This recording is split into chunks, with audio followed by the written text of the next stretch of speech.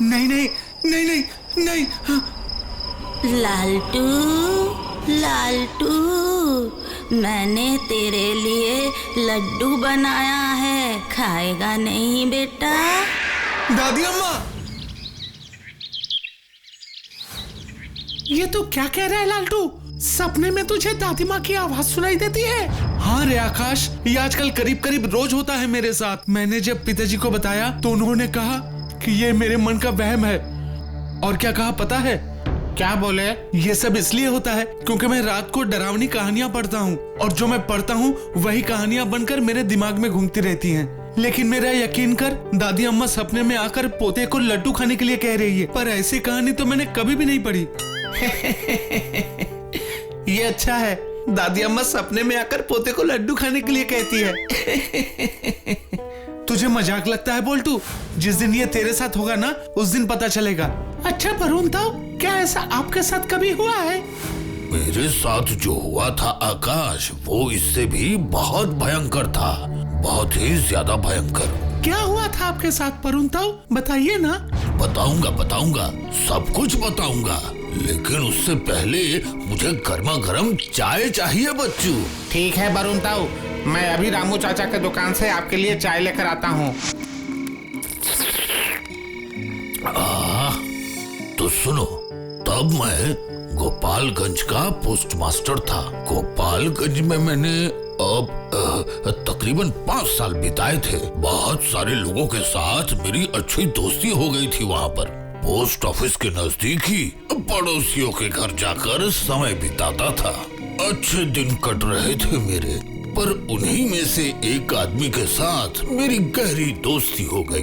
किसके साथ वरुण ताऊ, किसके साथ? प्रदीप बाबू के साथ। उनका पूरा नाम था प्रदीप कुमार चट्टराज। उम्र में मुझसे 2-4 साल बड़े ही होंगे, लेकिन बड़े खुले दिल के इंसान थे प्रदीप बाबू। पर उनके साथ ऐसी एक घटना घटेगी, ये किसे पता था? क्या हुआ था प्रदीप बाबू के साथ? बताइए ना वरुण ताऊ। अरे बाबा, बताता हूँ, दम तो लेने दे। मुझे अच्छी तरीके से याद है, उस दिन पोस्ट ऑफिस में काम का कुछ ज्यादा ही दबाव था, इसलिए काम निपटाते निपटाते बहुत देर हो चुकी थी। खैर छोड़ो, काम निपटाकर मैं घर लौटने लगा। ऐसे में पीछे से प्रदीप बाबू की आवाज आई। उसके बाद, पोस्टमास्टर साहब, अरे ओ पोस्टमास्टर साहब, जरा सुनिए तो। अरे आखिर क्या बात है, आपको आज इतनी देर हो गई? अरे कुछ मत पूछिए प्रदीप बाबू, आज काम का कुछ ज्यादा ही दबाव था। इसका मतलब आजकल लोग कुछ ज्यादा ही चिट्ठियां लिख रहे हैं, क्यों? हाँ, ऐसा आप कह सकते हैं। पर आप इतनी रात गए यहाँ क्या कर रहे हैं? अरे मैं तो इंतजार ही कर रहा था पोस्टमास्टर साहब, इंतजार। किसका इंतजार कर रहे थे? अरे एक अच्छे दोस्त का पोस्टमास्टर साहब। अब आप जो मिल गए तो मेरा इंतजार खत्म हुआ, समझे या नहीं? माफ कीजिएगा, पर आप ये क्या कह रहे हैं, मैं कुछ समझा नहीं। अरे सीधी बात तो मैंने सीधे तरीके से ही कही पोस्टमास्टर साहब। क्यों, आप मेरे अच्छे दोस्त नहीं हैं? बताइए। हाँ, बिल्कुल, मैं आपका अच्छा दोस्त हूँ। तो फिर अब चलिए। लेकिन कहाँ? चलिए तो सब पता चल जाएगा। आइए चलिए। इतनी रात गए, प्रदीप जी आपको कहाँ लेकर गए वरुण ताऊ? इसका खुलासा मैं अभी नहीं करने वाला आकाश। पूरी घटना सुनने के बाद तुम लोगों को सब पता चल जाएगा। लेकिन एक बात मैं तुम लोगों को बता सकता हूँ, पोस्टमास्टरी करते हुए मुझे जीवन में कई तरह के अनुभव हुए, लेकिन उस रात का अनुभव मैं जीवन में कभी नहीं भूल सकता। नहीं, कभी नहीं। तब धीरे धीरे रात गहरी होती जा रही थी। चलते चलते प्रदीप बाबू से आखिरकार मैंने पूछा, ये आप मुझे कहाँ लेकर जा रहे हैं प्रदीप बाबू? क्योंकि ये तो आपके घर का रास्ता नहीं है। हाँ, आपने ठीक ही कहा, ये मेरे घर का रास्ता नहीं है, ये स्टेशन जाने का रास्ता है। इतनी रात गए, अब आप मुझे लेकर स्टेशन जाने वाले हैं? क्या बात है, आपको कहीं जाना है क्या? मैं कहाँ जाऊंगा, मैं कहीं नहीं जा सकता पोस्टमास्टर साहब। अरे आप इस तरीके से बात क्यों कर रहे हैं प्रदीप बाबू? क्योंकि आपको पहले कभी इस तरीके से बात करते हुए नहीं सुना। मैं अब वो पहले वाला प्रदीप नहीं रहा पोस्टमास्टर साहब। अब मैं बहुत बदल गया हूँ, इसलिए मेरे बात करने का तरीका भी बदल गया है। पर मैं इतना बता सकता हूँ कि मैं आपको हानि नहीं पहुँचाऊंगा। मैं सिर्फ एक मामले में आपकी मदद चाहता हूँ।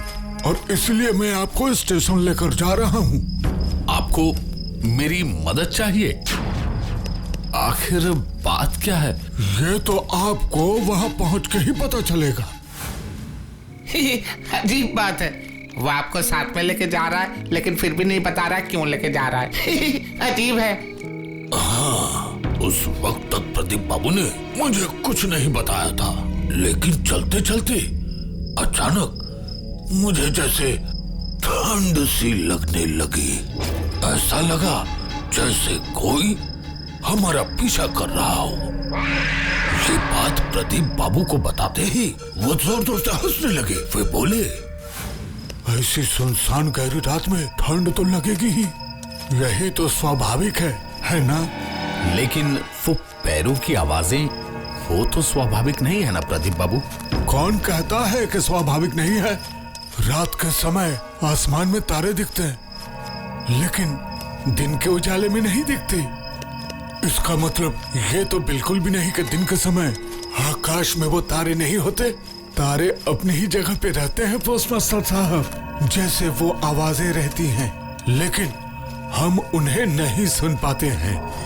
चलिए चलिए, ये सब बातें छोड़िए और मेरे साथ जल्दी से स्टेशन की ओर चलिए। जल्दी से पहुंचना पड़ेगा हमें वहाँ पर। ये क्या, देखते ही देखते रात के तो 12 बज गए। अब इस वक्त हम स्टेशन पर जाकर क्या करेंगे? इतनी रात को तो कोई ट्रेन भी नहीं मिलेगी। मिलेगी पोस्ट मास्टर साहब, आज मिलेगी। स्टेशन पर जाकर आपने क्या देखा वरुण ताऊ? क्या सच में स्टेशन पर कोई ट्रेन मिली आपको? मिली, पर सच कहूँ तो करीब 5 साल मैंने गोपालगंज में बिताए थे, लेकिन रात के 12 बजे स्टेशन पर मैंने किसी ट्रेन को खड़े होते हुए नहीं देखा। मेरे मन में कौतूहल जागा। मैं स्टेशन मास्टर के कमरे की ओर भागा। वहाँ देखा स्टेशन मास्टर के ऑफिस का दरवाजा बंद था। दरवाजा खटखटाने पर देखा, दरवाजा खोलिए, अंदर कौन है? स्टेशन मास्टर साहब, दरवाजा खोलिए प्लीज। कौन है आप? इतनी रात को आपको क्या चाहिए? जानना चाहता था कि, बोलिए, क्या जानना चाहते हैं? जानना चाहता था कि ये ट्रेन कहाँ जाने वाली है। जहाँ आप जाना चाहें वहाँ ये ट्रेन पहुँचा देगी। ट्रेन अभी छोड़ देगी पोस्ट मास्टर साहब, जल्दी से चलिए। ये ट्रेन छूट गई तो अब कोई ट्रेन नहीं मिलेगी। लेकिन हमने तो अब तक टिकट ही नहीं काटा। किसी टिकट की जरूरत नहीं, आप जाइए उनके साथ। ये क्या, स्टेशन मास्टर ने भी आपको सही सलाह नहीं दी?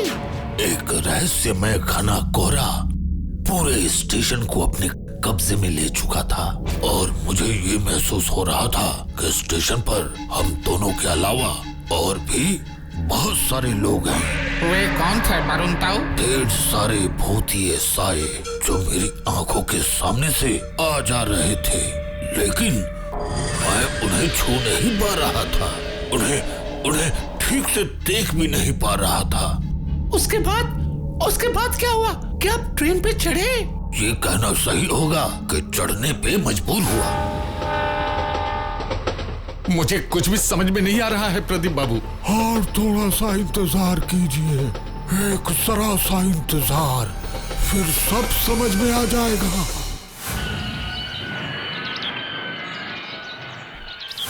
मुक्तिगढ़, यहाँ पर क्या है प्रदीप बाबू? वो देखिए, वहाँ पटरियों के ऊपर इतने सारे लोग क्यों हैं प्रदीप बाबू? खुद ही देख लीजिए।